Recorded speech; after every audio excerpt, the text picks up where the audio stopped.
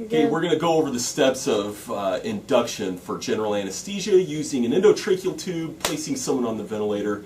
Before you start, you just want to make sure that you come over here to the ventilator and set the tidal volume to the appropriate weight of the patient. Then we're going to pre-oxygenate the patient, and then once we get the vital signs, we'll write those down, then it's time to induce the patient. The next step after induction is to tape the eyes, and you don't want to just stick eye tape on carelessly. The correct way to put on eye tape is to use both hands to grab the upper eyelid and to push it down over the bottom eyelid. And then we do it with both eyes, and now we can go ahead and intubate. Once you get to the vocal cords, go ahead and pull the stylet out. Have them pull the stylet out as you advance. Do not let them pull the endotracheal tube out. Then we're going to dispose of the blade in sterile fashion here. And then if we use the scissor technique when intubating, we'll go ahead and get rid of that right glove. We'll go ahead and inflate here, hook up our circuit, and then I'm going to turn on sevoflurane because I want the patient to stay asleep, and then it's time to check for breath sounds. Okay. When I'm checking for breath sounds, I want to make sure that I'm pressing down firmly. And then come over here. What I'm supposed to be doing is I make sure that I go to bag mode, turn my APO valve close, and squeeze hard and fast so that he can hear him as best as he can. After we've seen that breath sounds are bilateral, we'll go ahead and place on the vent. Now we can go ahead and tape in our endotracheal tube.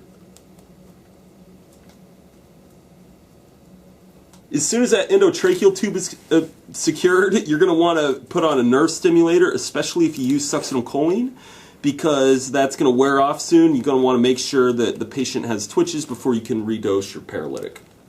Once you get that nerve stimulator on, we're going to want to put a temperature probe. We can use an esophageal temperature probe, or we can use a skin temperature probe like this. So how this works is this temperature probe, go ahead and zoom back here.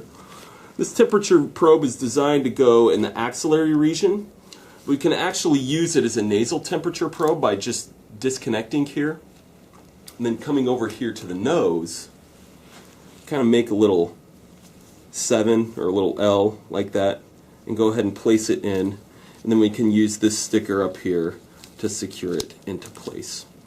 If I was going to use an esophageal temperature probe, the way to do this is just to grab the lower jaw and lift it up, and then to advance it like so. Okay, once that's done, you're going to want to make sure that you come over here and position the arms. And then once these arms are positioned over here, we want to secure them into place. And we make sure they're positioned properly. And then we'll want to make sure that we put on a bear hugger. So it's just designed to go on the patient like this. So I'll go ahead and remove this sticker, place it right there. And then there's these little tabs here that we'll pull. And then we can tie it underneath the patient.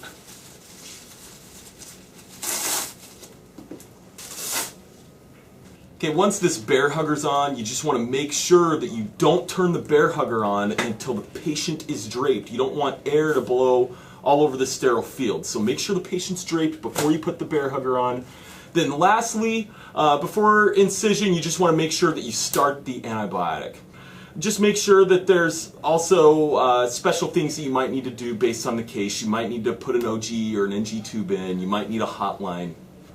There are some steps that we covered that you might not need to do on every induction, but hopefully just giving you a roundabout idea of the flow of how it should go.